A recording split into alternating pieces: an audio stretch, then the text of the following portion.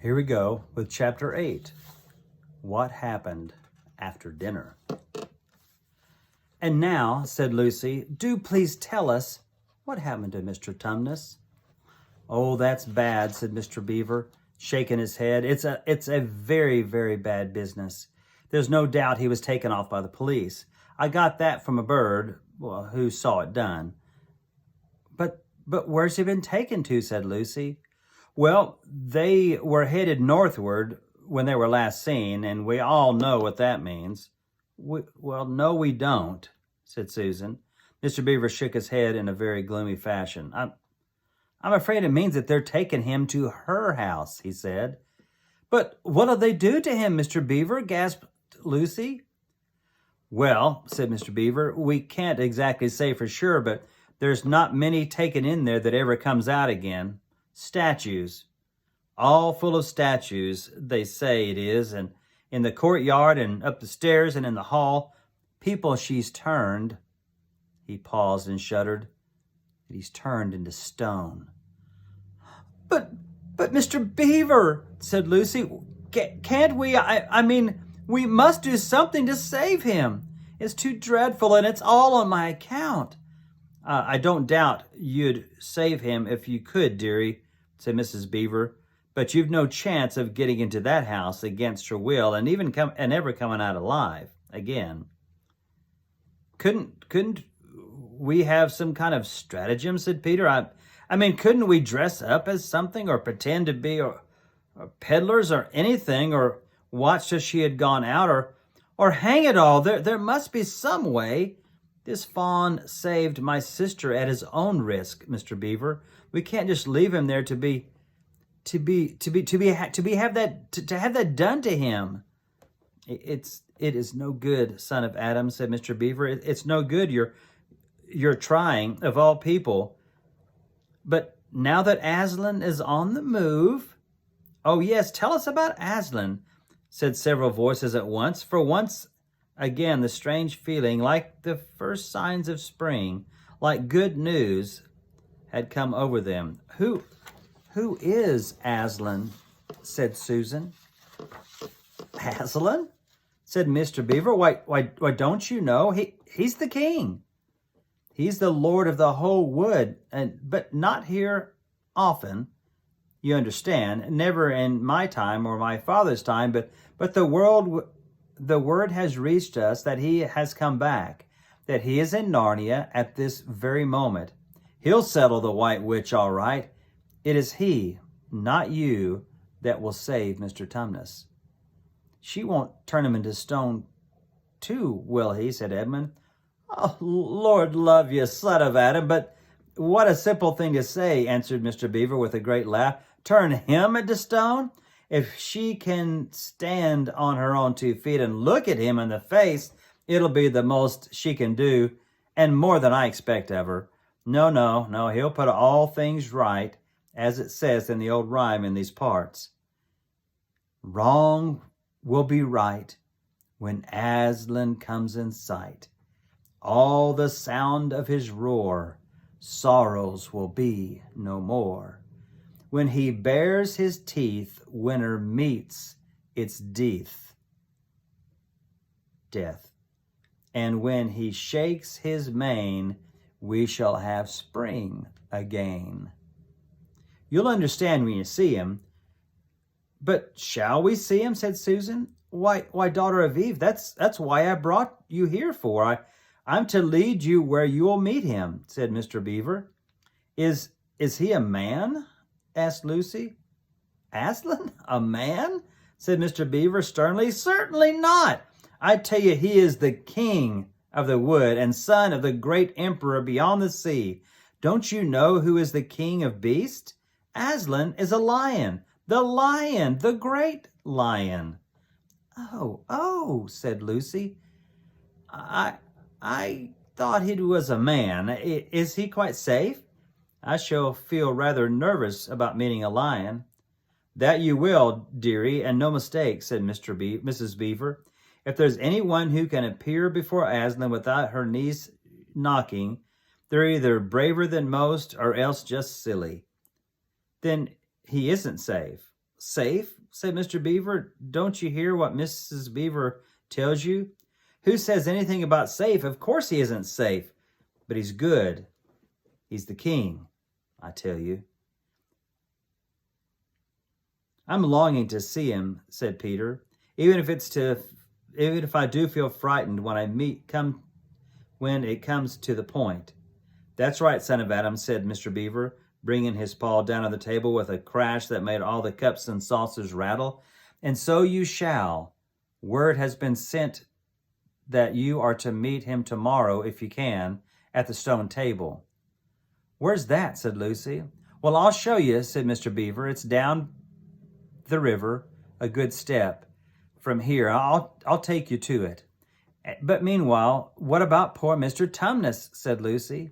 The quickest way you can help him is by going to meet Aslan, said Mr. Beaver. Once he's with us, then we can begin doing things. Now that we don't need, not that we don't need you to, for that's another of the old rhymes. When Adam's flesh and Adam's bone sits at Cair Paravel enthroned, the evil time will be over and done. So things must be drawing near to their end, and now he's come, and you've come. We've heard of Aslan coming into these parts before, long ago. Nobody can say when, but there's never been any of your race here before. That's what I don't understand, Mr. Beaver, said Peter. I mean, isn't the witch herself human? Oh, she'd like us to believe it, said Mr. Beaver, and it's on that she's based her claim to be queen. But she's no daughter of Eve. She comes of your father's Adam, and here Mr. Beaver bowed, your father Adam's first wife. They call her Lilith, and she was one of the jinn. That's what she comes from on one side, and on the other side she comes of the giants. No, there isn't a drop of real human blood in the witch. That's why she's bad all through, said Mr. Beaver. Mrs. Beaver said. True enough, Mrs. Beaver, he replied. There may be two views about being human, no offense in the present company, but there are no two views about things that look like humans, and then there are things that aren't. I've known the good dwarfs, said Mrs. Beaver. So have I. Now you come to speak of it, said her husband, but precious few, and they were the ones least like men. But in general, take my advice, when you meet anything that's going to be human and isn't yet, or used to be human once and isn't now, or ought to be human and isn't, you keep your eye on it and feel for your hatchet. That's why the witch is always on the lookout for any humans in Narnia. She's been watching for you this many a year. And if she knew there were 4 of you, she'd be more dangerous still. What's that to do with it, said Peter. Because of another prophecy, said Mr. Beaver. Down at Cair Paravel, that's the castle on the seacoast, down by the mouth of this river, which ought to be the capital of the whole country if all was as it should be. Down at Cair Paravel, there are 4 thrones, and it's a saying in Narnia, time out of mind, that when 2 sons of Adam and 2 sons of Eve sit on those 4 thrones, then it will be an end not only to the White Witch's reign, but of her life. And that is why we had to be so cautious as we came along, for if she knew about you 4, your lives wouldn't be worth a shake of my whiskers. All the children had been attending so hard to what Mr. Beaver was saying and telling them that they had not noticed anything else for a long time. Then during the moment of silence that followed his last remarks, Lucy suddenly said, I say, where's Edmund? There was a dreadful pause, and then everyone began talking, asking, saying, who saw him last? How long has he's been missing? Is he outside? Then all rushed to the door and looked out. The snow was falling thickly and steadily.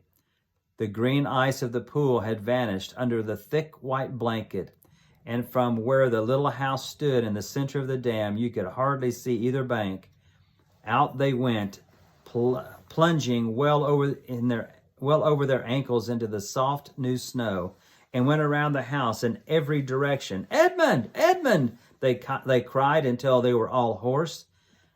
But the silently falling snow seemed to muffle their voices, and there was not even an echo of an answer. "How perfectly dreadful," said Susan as they last came back in despair. "Oh, how I wish we'd never come." "What on earth are we to do, Mr. Beaver?" said Peter. "Do?" said Mr. Beaver, who was already putting on his snow boots. "Do? We must be off at once. We haven't a moment to spare." "We'd better divide into 4 search parties," said Peter, and all go in different directions. Whoever finds him must come back here at once and... "Search parties, son of Adam?" said Mr. Beaver. "What for?" "Why, to look for Edmund, of course." "There's no point in looking for him," said the Beaver. "What do you mean? He can't be far away yet, and we've got to find him. What do you mean when you say there's no use looking for him?" "The reason there's no use looking," said Mr. Beaver, "is that we already know where he's gone." Everyone stared in amazement. "Don't you understand?" said Mr. Beaver. "He's gone to her, to the White Witch. He's betrayed us all." "Oh, surely, oh, really," said Susan. "He can't have done that."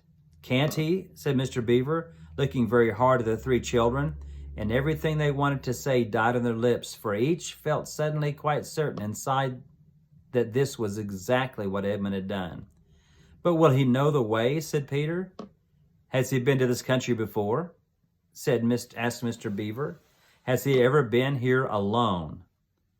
Yes, said Lucy, almost in a whisper. I'm afraid he has." "And did he tell you what he'd done or who he'd met?" "Well, no, he didn't," said Lucy. "Then mark my words," said Mr. Beaver. "He has already met the White Witch and joined her side and been told where she lives. I didn't like to mention it before, he being your brother and all, but the moment I set eyes on that brother of yours, I said to myself, treacherous. He had the look of one who had been with the witch and eaten her food. You can always tell them if they've lived long in Narnia. Something about their eyes, I suppose." "All the same," said Peter in a rather choking sort of voice, we'll still have to go and look for him. He is our brother after all, even if he is rather a little beast, and he's only a kid." "Go to the witch's house?" said Mrs. Beaver. "Don't you see that's the only chance of saving either him or yourselves is to keep away from her?" "How do you mean?" said Lucy. "Why, all she wants is to get all 4 of you, and she's thinking all the time of those 4 thrones in Cair Paravel. Once you are all 4 inside her house, her job will be done, and there'll be 4 new statues in her collection before you have time to speak. But she'll keep him alive as long as he's the only one she's got, because she'll want to use him as a decoy and as bait to catch the rest of you with." "Oh, can no one help him? Can no one help us?" wailed Lucy. "Only Aslan," said Mr. Beaver, "and we must go on and meet him. That's our only chance now. It seems to me, my dears," said Mrs. Beaver, "that it's very important to know just when he slipped away. How much he can tell her depends on how much he heard. For instance, had we started talking of Aslan before he left? If not, then we may do very well, for she won't know that Aslan has come to Narnia, or that we are meeting him, and will be quite off her guard as far as that is concerned."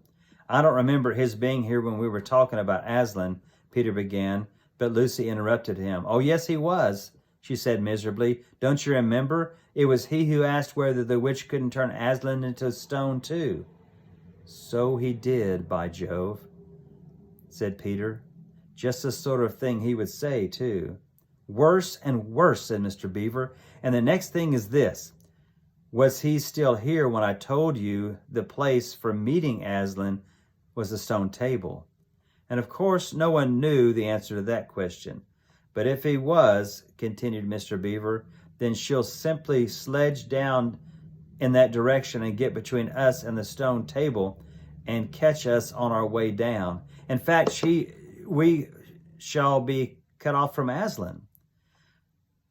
But that isn't what she'll do first, said Mrs. Beaver. Not if I know her. The moment that Edmund tells her that we're all here, she'll set out to catch us this very night. And if he's gone about a half an hour, she'll be here in about another 20 minutes. You're right, said Mr. Beaver to her. Mrs. Beaver said to her. You're right, Mrs. Beaver, said her husband. We must all get away from here. There's not a moment to lose. The end of chapter 8.